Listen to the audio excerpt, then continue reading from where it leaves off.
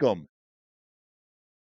Shout out to the 15,000 strong. Welcome back to the channel. Uncensored and unafraid, although I think YouTube's been doing a little censoring lately, but hey, what can I do about that, right? Hope you're having a fantastic day. We have got to talk about the shade being thrown at Aliyah Boston and some other things we need to mention regarding the WNBA media. It's wild, isn't it? We always hear about that awful fan base in Indy and how they treat those other players like absolute trash. And how could those certain color, skin color players, certain tan players, how could they want to re-sign there and on and on? And yet, since she signed that contract, the only disrespect I'm hearing toward Aliyah Boston is from everywhere else. Fever fans, Caitlin Clark fans have been thrilled that she got paid the way she got paid because relative to the rest of the league, she absolutely deserved it. We're going to get into that list in a minute as well. But here is one of the huge problems that the WNBA has. So we're going to check this out. This is the We Need to Talk podcast talking about Aliyah Boston's new contract. I will say I'm surprised that anyone came even close to being as well paid as Asia Wilson, given her resume. I don't think that's a sweeping indictment of Aliyah Boston. Do I think Asia Wilson should be the highest paid player, or at least one of them? Yes. Do I think Aliyah Boston should get paid? Yes. Are we going to see players that have more championships, more years in the league, and even MVPs that are not getting paid as much as Aliyah Boston? Clearly, because Aliyah Boston and Asia Wilson now are in the same tier, but also have some of those players taken a team friendly deal so that they can build a squad with other players that likely should be or definitely could be in conversation to get paid as much as we're going to see Boston and Wilson get paid. I think This lady has crazy eyes. Crazy eyes. I don't know why I didn't need to short that down. Uh was that mean? Am I allowed to say that? Is that one of those no-nos nowadays? You can't say things like crazy eyes because she has crazy eyes. Uh couple of things. Oh, I know why I shortened it down. I wanted to go to I'm going to be using another anyway. So, first of all, welcome to sports.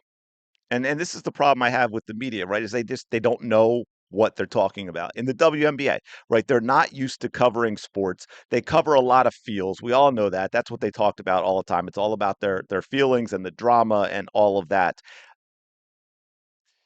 The highest paid player in leagues changes all the damn time. All the time.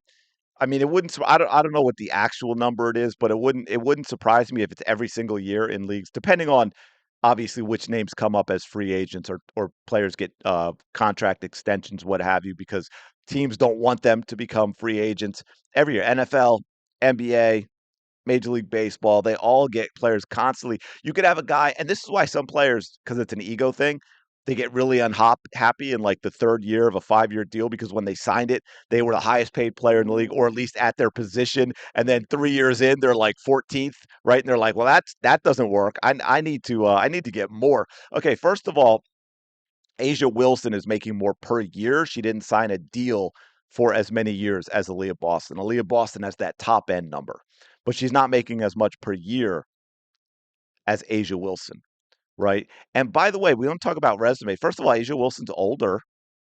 And when you look at where Aliyah Boston is right now, and I've said this before, Aliyah Boston to me is currently the second best center in the league. And I think she will be a better center as long as she stays on this trajectory, man. Things happen, but I'm just saying what I've seen from her since I've been really watching the WNBA when Caitlin Clark came in is she can be the best center in the league. Period.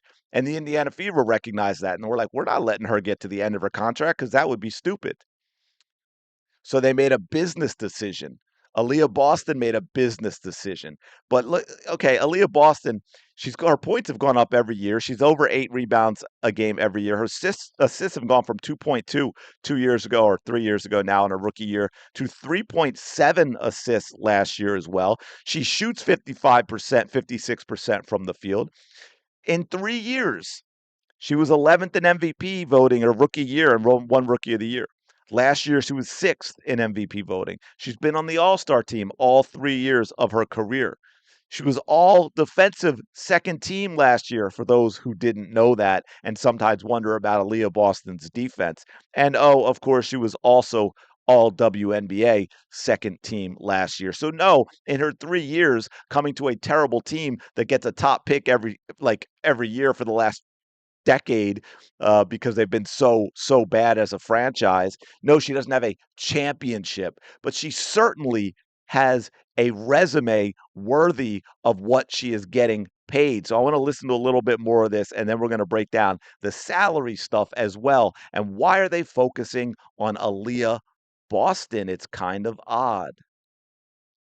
When people hear numbers, like we heard with both of these amazing players, all they're thinking about is who made more. And I get that. I get that. It is a factor. I was shocked myself when I saw that Aliyah Boston got the contract that she did, but I also said, go on, girl, get Get your your money. contract. Why?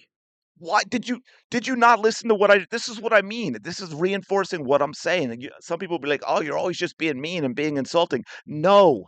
They're not qualified to have this conversation. They clearly are not. They've never truly covered sports. Why would you be surprised that a player going into her final year of her rookie deal, who is the second best to be the best center in the WNBA, and you're surprised that she took this deal? I should say, you're surprised that she got this deal? Why? Again, you can't answer that because you're in your damn feelings all the time. You have no basketball answer. Did you not hear what I just said? 3 years in the league, 11th in MVP voting once, 6th in MVP voting once, 3 All-Stars, Rookie of the Year, all defensive second team, all WNBA second team. What is the surprising part? What is the surprising part? We're going to reinforce that in a moment, but I'm going to let her jabber on just a little bit longer. Get Come your on. money. With the money that is coming, um, you have to be strategic about how you get it. You Yep. have to be strategic about where you're moving. Mhm. Players are now not just taking what is coming their way, they're thinking about where they want to go and who they want to be as well. And all of that gets put into this, pot that comes out with whatever number it comes out with. And do I think that Wilson should be the highest paid, WNBA player? Absolutely yes. Yeah. But do I think that Aliyah Boston deserves this money as well, and her agent did the dang thing to get her this money? And also, Indiana clearly wanted her for that Yeah. amount of time, and they did Yeah. what it took to get her. Yeah. Absolutely yes. I will say I'm surprised. Asia Wilson is the highest paid player in the WNBA, you absolute tool. She's the highest paid player in the WNBA per season. She took a shorter deal. That was her decision to do so. She could get an even bigger deal sooner than Aliyah Boston can. That's how it works. Sometimes you take more years at less per year because you want that overall big number. You want that security. You're happy where you are. It ain't complicated. For these ladies, it's complicated. For most people, it's not complicated. And again, this whole idea of highest paid player in the league, like I said, it changes all the damn time. Now, this is the most recent one I could find from I think about a week ago. There are players who have gotten $1 million plus since, like Brianna Stewart, Sabrina Ionescu. I don't think they had signed at this point, but the obvious ones. But take a look at this list, and we're focusing on being so surprised at Aliyah Boston. All right. Bridget Carlton, 1.25. Alana Smith, 1.25. Gabby Williams, 1.25. Alicia Gray, 1.233. Kalia Copper, 1.23. Arike over 1.2. Courtney frickin' Williams over 1.2. Kayla McBride, 1.2. Marina Mabry, 1.2. Alyssa Thomas, Jackie Young, just under 1.2. Brittany frickin' Griner, 87 years old, can't move, almost 1. $2 million. Brittany Sykes, Shakira Austin, Ariel Atkins, Derica Hamby, Ryan Howard, Chelsea Gray, Azora Stevens, Jessica Shepard, Brianna Jones, Kennedy Burke, Temi Fagbenley making $1 million a year. But Aliyah Boston is the absolute shocking number that they want to focus on because she doesn't have the resume. Welcome to professional sports.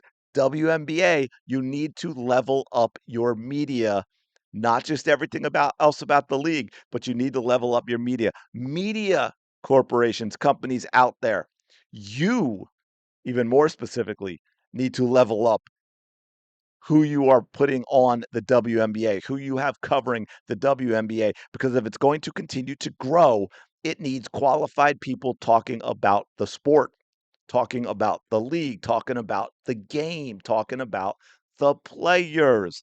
This ain't it. No apologies to mom for using ain't, but sometimes you have to use it for a point of emphasis. When you know the rules, you can break the rules. Anyway, let me know your thoughts in the comments below. Thank you all so much. 15K, 20K is next. I hope I'm around for that. I will talk to you all later. Like, comment, subscribe. Shout out 19. Let's go. Have a great day.